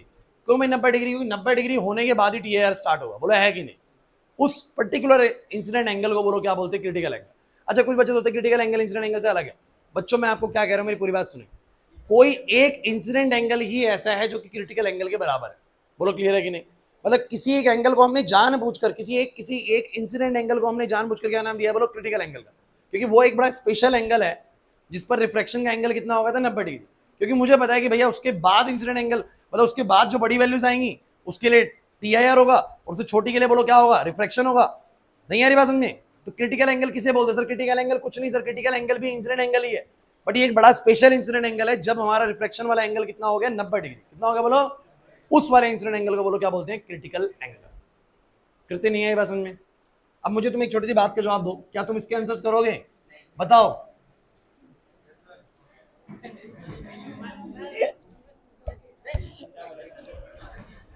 मतलब ये बताओ, जब मेरा इंसिडेंट एंगल व्हेन, बताओ क्या होगा जब इंसिडेंट एंगल क्रिटिकल एंगल से छोटा है?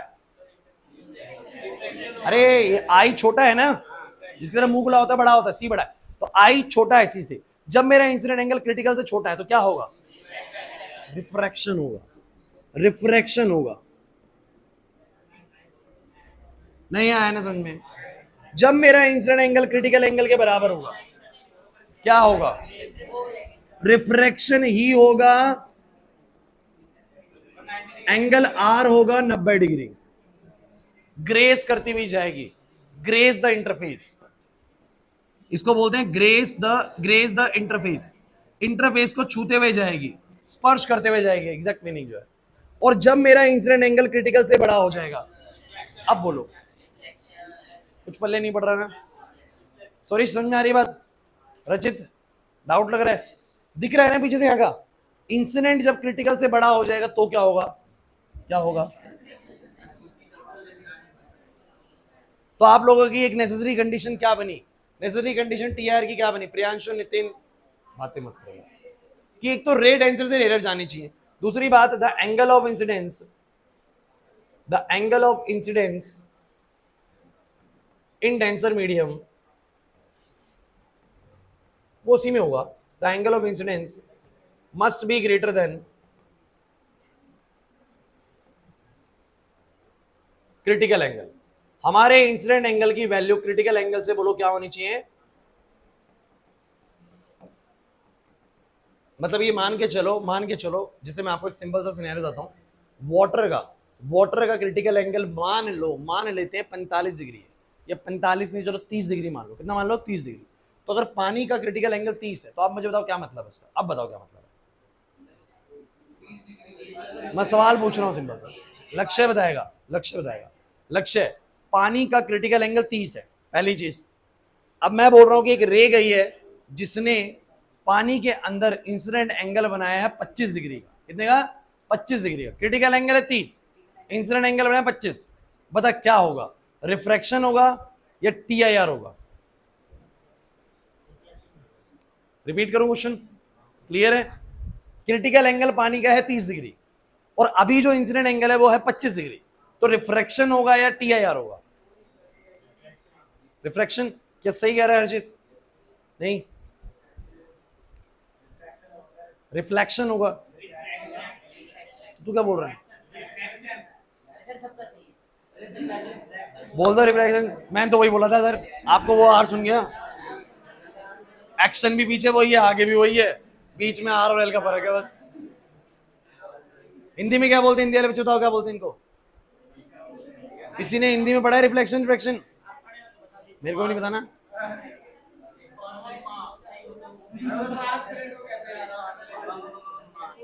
मत करो, कोशिश खराब है। सुनो, प्रतिबिंब तो इमेज होती है नहीं, मुझे लगा प्रतिबिंब तो शायद इसको बोलते हैं प्रतिबिंब। तो प्रतिबिंबन किसको बोलते हैं? प्रतिबिंबन रिफ्लेक्शन, और रिफ्रैक्शन को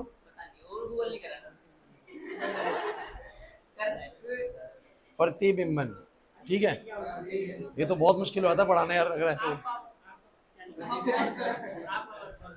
अपवर्तन, रिफ्रैक्शन है अपवर्तन और रिफ्लेक्शन है प्रतिबिंबन।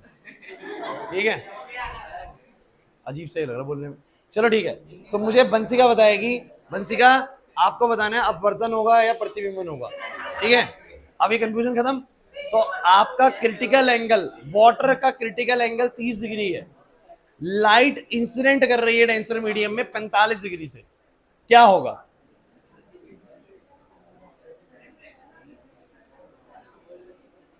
इंग्लिश में बोल, लेकिन क्लियर करना अच्छे से। क्रिटिकल एंगल 30 है, इंसिडेंट एंगल 45 है।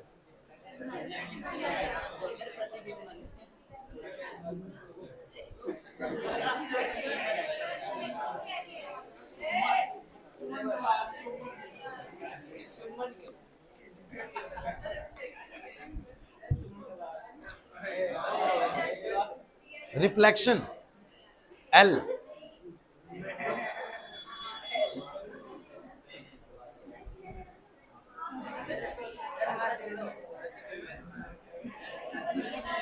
प्रतिबिंबन, प्रतिबिंब बोलते हैं भाई, सुनिए ने सही बात बोली। मेरे को लगा प्रतिबिंब इमेज को बोलते हैं। इमेज को क्या बोलते हैं? इमेज को सिर्फ बिंब बोलते होंगे फिर से, कुछ ऐसे ही बोलते हैं प्रतिबिंब वगैरह। चलो भाई आर्यन तुम बताओगे। क्रिटिकल एंगल 30 है, इंसिडेंट एंगल 45 डिग्री है, क्या होगा? TIR होगा। रचित, क्रिटिकल 30 है, इंसिडेंट 60 है, TIR होगा। हर्ष, क्रिटिकल एंगल 45 है और इंसिडेंट एंगल 43 है, रिफ्रैक्शन होगा। ठीक है, अब बताएगा मुझे नीरज। क्रिटिकल 45 है, इंसिडेंट भी 45 है, refraction at a critical angle 90 degree refraction ना। बहुत बढ़िया, समझ पाए आप लोग? अब तो बड़ा सिंपल सा है। सुनो क्लास, क्लास प्लीज। सो मुझे तुम ये बताओ, मैंने कल ना डंडा भी निकाल के रखा, यहाँ पर सारा कुछ वुडन वुडन की कटिंग भी हुई है। मैंने कहा कुछ क्लास में ऐसे बच्चे हैं भैया, एक बढ़िया डंडा बना दो, तो निकाल के तो रखा है, मैं कल ढूंढूंगा तेरे लिए अलग से। कल बहुत सारा सामान ऐसा निकला है, इसका अलग ही चल रहा होता है। सुनो भाई क्लास प्लीज, हमारे पास टाइम है, सुनिए भाई। ओए फिर वही बात। तो पहले मुझे तुम ये बताओ, व्हाट इज TIR? आपको समझ में आया? TIR सर कहां से चलना शुरू हुआ है, पहले वो समझ लीजिए। TIR रिफ्रैक्शन का ही एक पार्ट है सर। रिफ्रैक्शन होते होते एक टाइम पर रिफ्लेक्शन होना शुरू हो जाता है, क्योंकि जब लाइट ज्यादा अवे जाती है ना, तो एक एंगल के बाद वो इतनी अवे हो जाती है कि वो अपने मीडियम में वापस आ जाती है। इसको रिफ्लेक्शन बोला जाएगा, total internal reflection. Why it is called total? क्योंकि सर इसमें एनर्जी का कोई भी लॉस नहीं है, कंजर्व रहती है energy, that's why it is said to be total internal reflection. Is it right? Necessary condition बोलो दोनों। The ray must go from the denser to the rarer medium and the incident angle must be greater than the critical angle. For the TIR, the incident angle must be greater than the, equal to भी नहीं होना चाहिए, because जब equal to भी होता है तो भी रिफ्लेक्शन ही हो रहा होता है। क्लियर हुआ? सारा मामला यहां तक समझ में आया था आप लोगों को? ये वाला पॉइंट भी समझ में आ गया, ये लाइन समझ में आ चुकी है आप लोगों को? चलिए आगे बढ़ते हैं बच्चों। आगे क्या है इसमें, अभी खत्म नहीं हुआ है, सुनिए। आप लोग जानते हैं यार, एक बात बताओ, मेरे पास एक मीडियम पानी है, एक मीडियम ग्लास है, एक मीडियम मेरे पास कोई और हो सकता है, कोई और हार्ड सब्सटेंस हो सकता है। तो मान लीजिए कि मेरे पास 2-3 तरह के सब्सटेंसेस है, क्या सबका क्रिटिकल एंगल एक जैसा होगा? क्रिटिकल एंगल पता लग चुका है, सबका क्रिटिकल एंगल सर मेरे को तो नहीं लगता एक जैसा होगा। कोई तो ज्यादा मोड़ता है लाइट को, अवे करता है, और कोई थोड़ा कम अवे करता होगा। तो कोई ज्यादा अवे करता होगा तो उसमें जल्दी आ जाता होगा टीआईआर, थोड़ा कोई कम अवे करता होगा तो उसमें टीआईआर थोड़ा बड़े एंगल पे आता होगा। पूरा एग्री करते हो कि नहीं करते? तो मैंने वो बनाने की कोशिश करी, समझने की कोशिश करी सर वो कैसे निकलेगा, क्लास प्लीज। तो मैंने कहा बड़ा स्पेशल एंगल कौन सा है, तो मैंने कहा किसी एक रे के लिए मेरा जब इंसिडेंट एंगल क्रिटिकल एंगल के बराबर होता है, जब रिफ्रैक्शन ऐसा होता है, जब रिफ्रैक्शन 90 डिग्री वाला होता है सर, उस समय मेरा इंसिडेंट एंगल किसके बराबर होता है? Critical angle. Am I right? मैंने जो पॉइंट बनाया वो क्या सही बनाया कि when I is equal to C the angle of refraction in the other medium is 90 degree, right? अब मुझे तुम ये बताओ, ये वाला मीडियम का रिफ्रैक्टिव इंडेक्स है म्यू2, डेंसर मीडियम है, और ये वाला बोलो क्या है? रेयर। इसका बोलो क्या है? म्यू1। आप मुझे स्नेल्स लॉ की इक्वेशन बताएं क्या बनेगी, क्योंकि डेंसर से रेयर जा रही तो बोलो क्या बोलोगे? Sine I sine R. बहुत अच्छे, बहुत अच्छे, वेरी गुड। अब मुझे बताओ जब आई बराबर सी होगा, जब आई बराबर, ये तो फॉर्मूला हमारा फिक्स रहेगा भाई, आई अब तो सी के बराबर लो चाहे ना लो, उससे कम लोगे तो भी साइन है बाई साइन आर म्यू1 बाई म्यू2 के बराबर रहेगा हमेशा, वो कांस्टेंट रहता है। But when I is C, when जब आई की वैल्यू किसके बराबर होगी? क्रिटिकल वैल्यू के बराबर होगी, उस समय जो मेरा एंगल ऑफ रिफ्रैक्शन होगा वो कितना होगा? 90 डिग्री। क्या समझ में आया? जब मेरा आई किसके बराबर होगा? सी के बराबर, उस समय आर की वैल्यू क्या होगी बोलो? 90 डिग्री। ये बात समझ में भाई? तो मैं बोलूंगा बच्चों, आई की वैल्यू कर दी सी, आर की वैल्यू कर दी 90, और म्यू1 सब बच्चे जानते हैं एयर ही मान के चल रहे हैं हम, तो एयर बोलो क्या आएगा? 1। अभी फिलहाल एयर ही है बच्चों, मेरे लिए डेंसर मीडियम अभी एयर ही है, सॉरी रेयर मीडियम एयर ही है, तो 1 होगा उसका, और नीचे वाले का मैंने म्यू मान लिया, नीचे वाले का मैंने क्या मान लिया? म्यू। तो मुझे तुम बताओ साइन 90 की वैल्यू कितनी होती है? 1। क्या तुम्हें उस इक्वेशन में ये वैल्यू कैसे पुट करी वो समझ में आ रहा है? प्रियांशु बड़ा इंपॉर्टेंट पॉइंट है, बातें नहीं बिल्कुल भी। साइन सी कैसे आया? मैंने बोला जब आई की वैल्यू सी होगी तो आर की वैल्यू उस समय 90 होगी, मतलब sine C upon sine 90 1 by mu क्यों होगा? बिकॉज एयर का रिफ्लेक्टिव 1 होता है और मीडियम का मैंने म्यू मान लिया बच्चों। सो मुझे बताओ साइन 90 की वैल्यू 1 होगी, साइन सी बराबर कितना आएगा बोलो? पता है इसका क्या मतलब है? जिन मीडियम्स के रिफ्लेक्टिव इंडेक्स हाइयर होंगे उनकी क्रिटिकल वैल्यू कम होगी। क्या मतलब है? जो मीडियम ज्यादा डेंसर रहे होंगे उनका क्रिटिकल एंगल बड़ा कम होगा। बड़ा कम मतलब कि थोड़े से एंगल के बाद ही रेज अंदर क्या करने लग जाएंगी? रिफ्लेक्ट करने लग जाएंगी। अंदर क्या करने लग जाएंगी? मतलब हाइयर रिफ्लेक्टिव इंडेक्सेस वाले जो मीडियम्स होते हैं उनका क्रिटिकल एंगल बोलो क्या होता है? कम। थोड़े ही एंगल के बाद रेज सारी की सारी क्या करती है? टीआईआर करती है। क्या करती है बोलो? मैं जब आपको अभी आज पता नहीं हो पाएगा नहीं हो पाएगा, बट एक टॉपिक कराऊंगा अगली क्लास में, ब्रिलियंस ऑफ डायमंड। डायमंड इतना चमकता क्यों है? देखिए डायमंड ना बहुत हार्ड सब्सटेंस होता है, बचपन से आप सुनते आ रहे हो। अब डायमंड अगर बहुत हार्ड है इसका मतलब वो बहुत ज्यादा डेंस है। अरे जो चीज बहुत हार्ड है वो बहुत डेंस है। रुई बहुत सॉफ्ट होती होगी, बहुत लेस डेंसिटी वाली होती है, समझो मेरी बात को क्लास। तो डायमंड का जो म्यू होता है, रिफ्रैक्टिव इंडेक्स होता है, बहुत ज्यादा होता है। तो क्रिटिकल एंगल क्या होता है उसका? बहुत कम। बहुत कम का मतलब ये है कि बहुत कम क्रिटिकल एंगल के बाद ही, बहुत थोड़े से एंगल के बाद ही रेज उसमें ही बोलो क्या करती होंगी? टीआईआर करती होंगी। क्या करती होंगी बोलो? समझो मेरी बात को, मतलब ज्यादा से ज्यादा लाइट जो है वो डायमंड के अंदर ही ट्रैप रह जाती है, बाहर नहीं आती, इसीलिए डायमंड चमकता है बच्चों। ये मैं बहुत तसल्ली से बताऊंगा आप लोगों को, बस मैं तो अभी वर्बली डिक्टेट कर रहा हूं बस आप लोगों को, क्योंकि डायमंड का रिफ्रैक्टिव इंडेक्स, डायमंड का रिफ्रैक्टिव इंडेक्स बहुत ज्यादा। शोर नहीं यार, देखो शोर करो। जिन मीडियम्स का रिफ्रैक्टिव इंडेक्स ज्यादा होगा उनका क्रिटिकल एंगल क्या होगा? कम। मैं आपको एक टेबल बना के दिखाता हूं, मुझे एक बार एनसीईआरटी बुक दिखाओगे बच्चा? दिखाओ, कोई बच्चा एनसीईआरटी बुक दिखाएगा?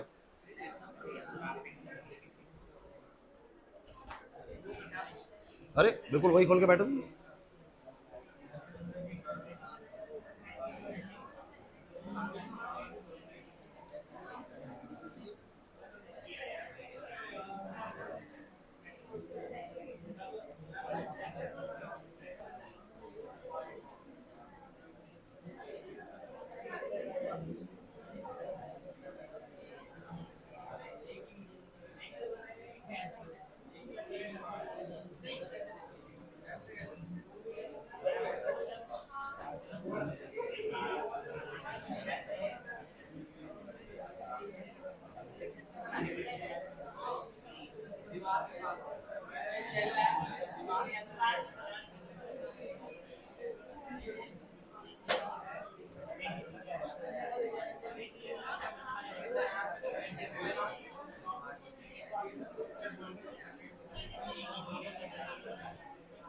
देखो भाई, पूरा टॉपिक तो आज नहीं कर पाएंगे, लेकिन जितना कर सके कर लेते हैं। तो मेरी बात सुन लीजिए क्लास। भाई ऐसा है, मैंने यहाँ पर 4 मीडियम्स लिखे। एक पानी, पानी का रिफ्रैक्टेड इंडेक्स होता है 1.33, और 1.33 के हिसाब से तो क्रिटिकल एंगल बोलो कितना आता है 48। लेकिन अब अभी यहीं से आ कैसे रहा है यार, बड़ा सिंपल सा फंडा बता रहा हूँ, एक सिंपल फॉर्मूला दे चुका हूँ, सुन लो सब बच्चे। मान लो पानी का रिफ्रैक्टेड इंडेक्स 1.33 है, तो मुझे बताओ क्रिटिकल एंगल का फॉर्मूला क्या बना। क्लास इधर रचित, 1 बाय में 1.33। अब आप कहोगे सर मैं कैसे निकालूं ये वैल्यू, क्योंकि मुझे साइन की वैल्यू कुछ ही जगहों पे पता है, 1/2 पर, 1/√2 पर, √3/2 पर, यही तो पता है ना सर, इसकी तो मुझे पता ही नहीं है। अरे लेकिन एक बात बताओ, कुछ तो होती होगी।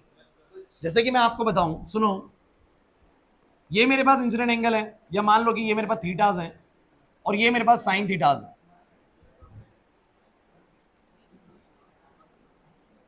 अरे जो मन में संदेह सारा दूर हो जाएगा, बस सुन लिया करो तुम लोग।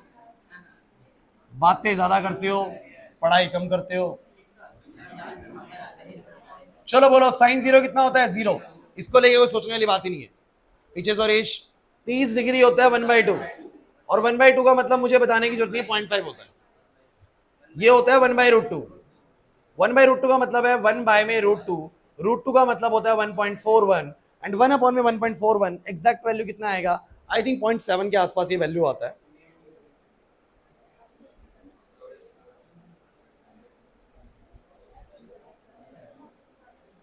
This will B 0.7। बच्चों प्लीज, ये होता है √3/2, √3/2। अब √3/2 कितना होता है? √3 का मतलब होता है 1.73 डिवाइड बाई 2। ये कुछ हमारा 0.8 के आसपास आएगा, 1.73 divide by 2। This will B 0.86, 0.86, and you know that it is 1। मतलब जितना साइन का एंगल बढ़ता है उसकी वैल्यू 0, 0.5, 0.7, 0.86 एंड 1 हो जाती है। यार मुझे एक बात बताओ, आपका भले ही 1.33 है, 1 अपॉन में 1.33 है, तो ये भी तो कुछ ना कुछ आएगा ना। 1 अपॉन में 1.33 कितना होएगा? 1 अपॉन में 1.33 आएगा बच्चों 0.75 पॉइंट। यार अब मुझे एक बात बताओ, आपको सारे एंगल पर वैल्यू नहीं पता है, मेक श्योर आपको सारे एंगल पर वैल्यू। अगर अगर रिफ्रैक्टिव इंडेक्स किसी का ऐसा होता जैसे कि 2 होता, सुनो, किसी का रिफ्रैक्टिव बोलो कितना होता? 2 होता, तो सीधा बोलते कि साइन सी कितना आ गया? 1/2। और 1/2 कब होता है बोलो? 30 डिग्री पे। तो आप बोलते हो उस मीडियम का क्रिटिकल एंगल बोलो कितना है? 30 डिग्री। कितना बोलो? नहीं आया तक समझ में? अगर किसी का रिफ्रैक्टिव इंडेक्स बोलो कितना होता? 2 होता, तो आप बोलते कि साइन सी कितना आएगा? 1/2। 1/2 का मतलब बोलो क्या? साइन 1/2 वैल्यू कब देता है? 30 डिग्री पे। तो क्रिटिकल बोलो कितना होगा? 30 डिग्री होता। मतलब 30 डिग्री तक तो बोलो रेज क्या करती? बोलो रिफ्रैक्ट, और उसके बाद बोलो क्या करती? रिफ्लेक्ट। नहीं आया समझ में? लेकिन अब आप कहीं से इनका कैसे निकला होगा? अरे यार 1 अपॉन में 1.33 है तो 0.75 तो आया होगा ना। अब 0.75 भी तो कहीं ना कहीं होता होगा। ये 0.70 होता है, ये 0.70 होता है, और ये 0.86 होता है, तो 0.75 इन दोनों के बीच में होगा ना। तो वो दिखा तो रहा है 48 डिग्री। कितना दिखा रहा है बोलो? नहीं आया समझ में? नहीं आया समझ? पक्का नहीं आया? यार एक बात मुझे बताओ, छोड़ो तुम सारी बातें। तुमने अगर म्यू को कुछ पुट करा, इधर भाई यार, तुमने म्यू को कुछ पुट करा, तो 1 अपॉन में म्यू कुछ तो आएगा ना। और साइन उतनी वैल्यू किसी एंगल पे तो देता होगा ना। जब साइन 1 0 दे रहा है, 0.5 दे रहा है, 0.7 दे रहा है, 0.86 दे रहा है, 1 दे रहा है, तो 0.75 भी किसी भी दे रहा होगा। तो वो दे रहा है 48.75 डिग्री पे। एग्जैक्ट वैल्यू उन्होंने बता दी, आपको नहीं पता होती वैल्यू, क्योंकि आपको सिखाई थी 5-6 वैल्यूज हो जाती है, किसी को भी नहीं पता होती। समझिएगा, उसके टेबल बुक आती है, उसमें आप देखते हैं। दूसरी बात, अगर मेरा इंसिडेंट वो मेरा रिफ्लेक्टेड इंडेक्स बढ़ा, जैसे ग्लास होता है, तो ग्लास भी 2 तरह का होता है, एक क्राउन ग्लास होता है, एक फ्लिंट ग्लास होता है।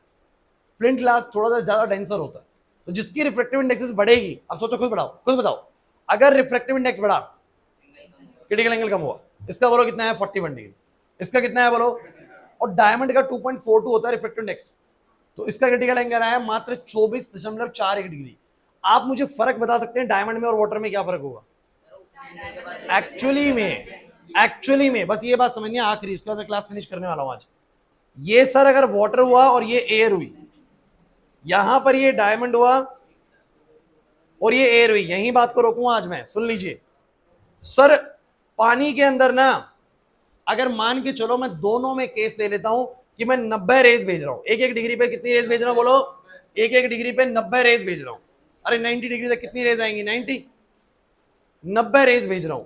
तो मुझे तुम बस ये बताना, इसमें से पानी में से, पानी के केस में कितनी रेज रिफ्रैक्ट कर जाएंगी वाटर के केस में। चलो चलो इन और आउट बताओ, इन और आउट बताओ, इन और आउट।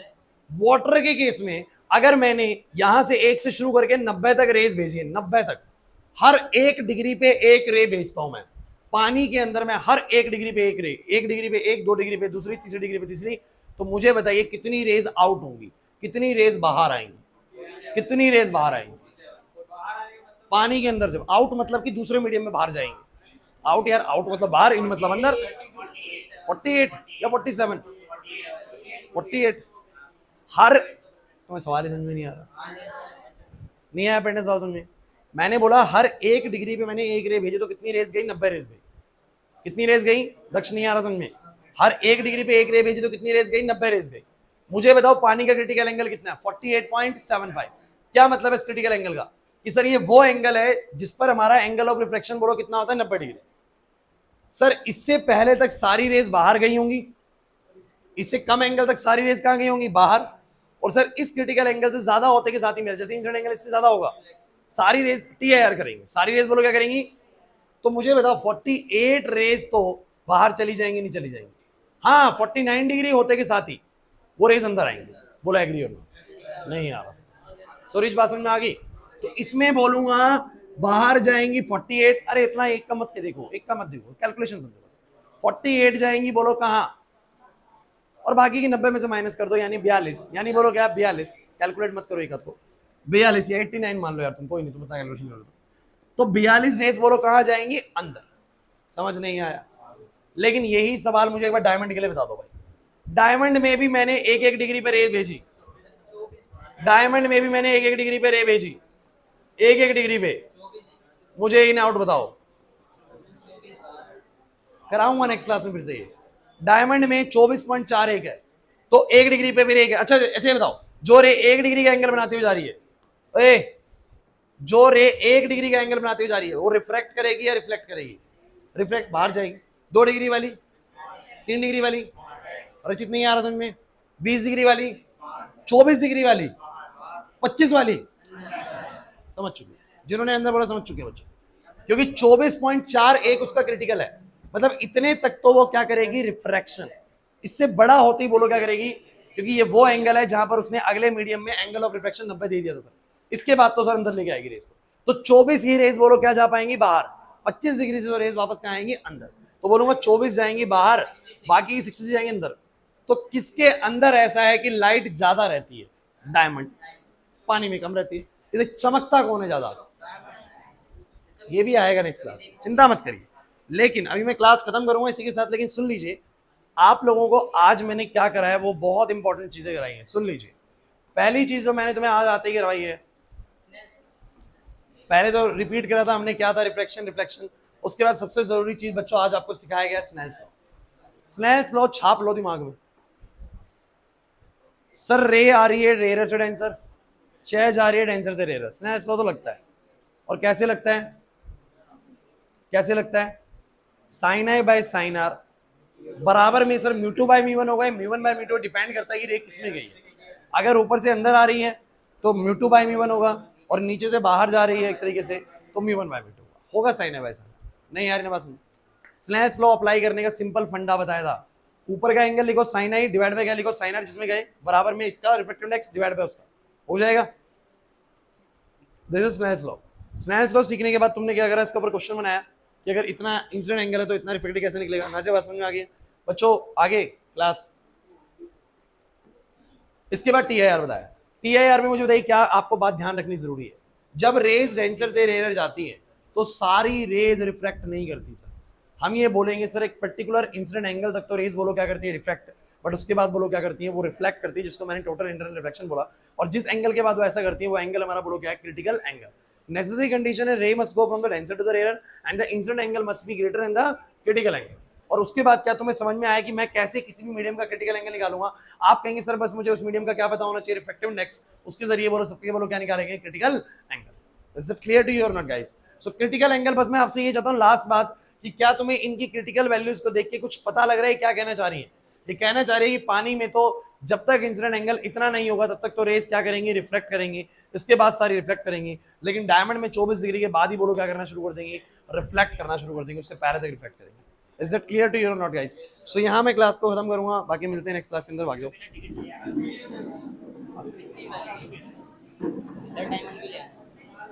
ओके